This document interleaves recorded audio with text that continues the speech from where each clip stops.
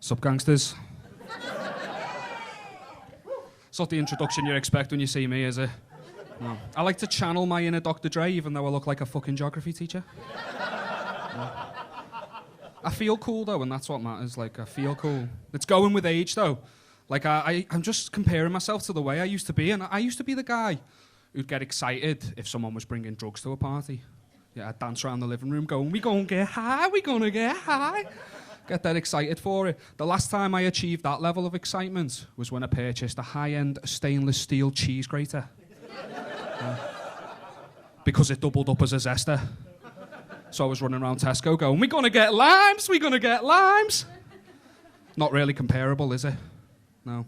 I used to keep the neighbours up till the early hours of the morning with like loud music and parties. And I still keep the neighbours up till the early hours of the morning. But because I'm a shift worker and I like to come home and make soup. And I blend it because otherwise the chunks give me acid reflux. Which means I have to drink so much Gaviscon that my shit turns pink. And it fizzes when it hits the water. And it's practically a handful of glitter away from looking like a bath bomb from Lush. I mean, it's ethical. Handmade. Handmade? I'm not crafting it with me fucking hands, like. It's not vegan friendly, though. Although, like vegan food, it sometimes does resemble a sausage roll. That's true. I've started wearing sandals on a regular basis, and I'm not talking, you know, like trendy rubber sole like sliders that all the kids are wearing. I'm like pretty much strapped up to the nines, practically barefoot granddad sandals. I'm wearing fucking Grandals, everyone. And I love it, right? Because I finally know what it's like to be an attractive woman in a low-cut top. Because I do, because I can't have a conversation without the other person's eyes, like, drifting towards the toes in front of them. Do you know how it feels to be objectified? I'm like, eyes up here, sunshine. Do I look like a piece of meat to you?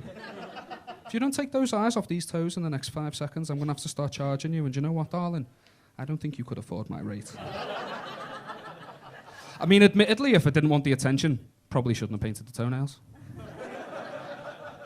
I like the way it sparkles. It gives me confidence. Nightclubs have kind of become a thing of the past for me as well. Like, I always get dead pumped up and excited on every night out. You know, I want to roll up into the club, making a good first impression, feeling gangster, feeling fly. But then the first thing that happens to me when I walk through the front doors of the club is my glasses steam up. And I can't see anything, right? So instead of feeling like Dr. Dre, I feel like fucking Velma Dinky from Scooby-Doo. Because I can't see without my glasses. Do you know what that does to your street cred? It ruins it. Like, I can't help but feel like the club itself knows I'm a nerd, right? And it knows that I don't belong there. So it's just picking on me for trying to join in with everyone else. Like, I've walked out of a nightclub with a giant sweat patch on my back shaped like a cock. Do you know how humiliating it is to be bullied by a fucking building? Bouncers as well. Like, I had a bit of an incident with a bouncer. The lights came on at the end of the night, which usually means, like, go the fuck home, doesn't it? So I thought I'd kill some time. And I'd go to the toilet first, but before my hands could touch the handle on the toilet door, this bouncer just like slid in front of me with a face so aggressive, he looked like someone had punched the fuck out of a bowl of pedigree chum, right? Just meat everywhere, no distinguishable features. And he just picked me up silently and puts me on his shoulder and starts walking towards the back, and my arms and legs are dangling everywhere. Do you know how emasculating it is for a man of my size and stature to be picked up and carried by another man? My arms and legs were dangling. I felt like Woody from Toy Story.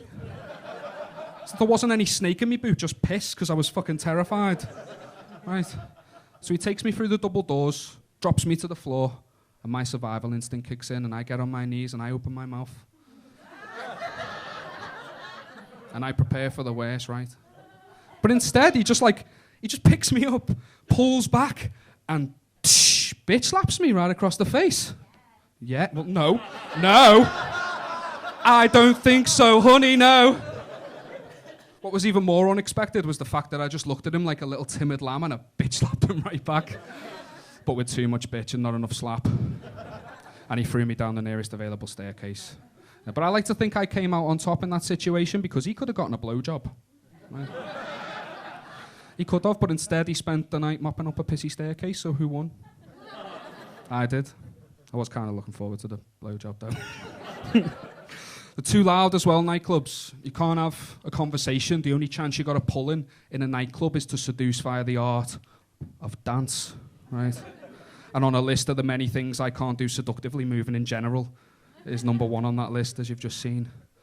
It doesn't help that when I've had a drink, I think the best dance move at my disposal is to go up to the nearest available girl and start shaking my moneymaker all over her like I'm the fourth member of Destiny's Child. I'm just like, oh, no, no.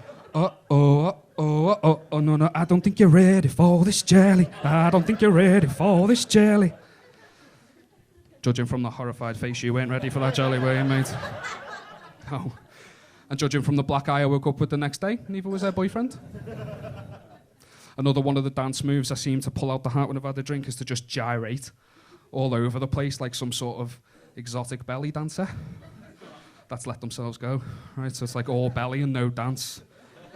And then just when things couldn't get any worse, the lasso comes out. And we're suddenly dealing with a horny cowboy. And the idea is that I swing the lasso to the rhythm and ensnare a lucky girl in the crowd. And the idea is I pull her towards me seductively, but she always stands fucking still. So it turns into a desperate cowboy as I start aggressively humping myself towards the poor girl while she looks for any opportunity whatsoever to escape, but there's no escape. So it's probably, I feel so, I've just sweated on you, like upper lip sweat landed on you. So it's probably for the best that I quit nightclubs altogether before I do end up on a sex offenders register. Thanks, I've been Liam Tuffy, have a good night.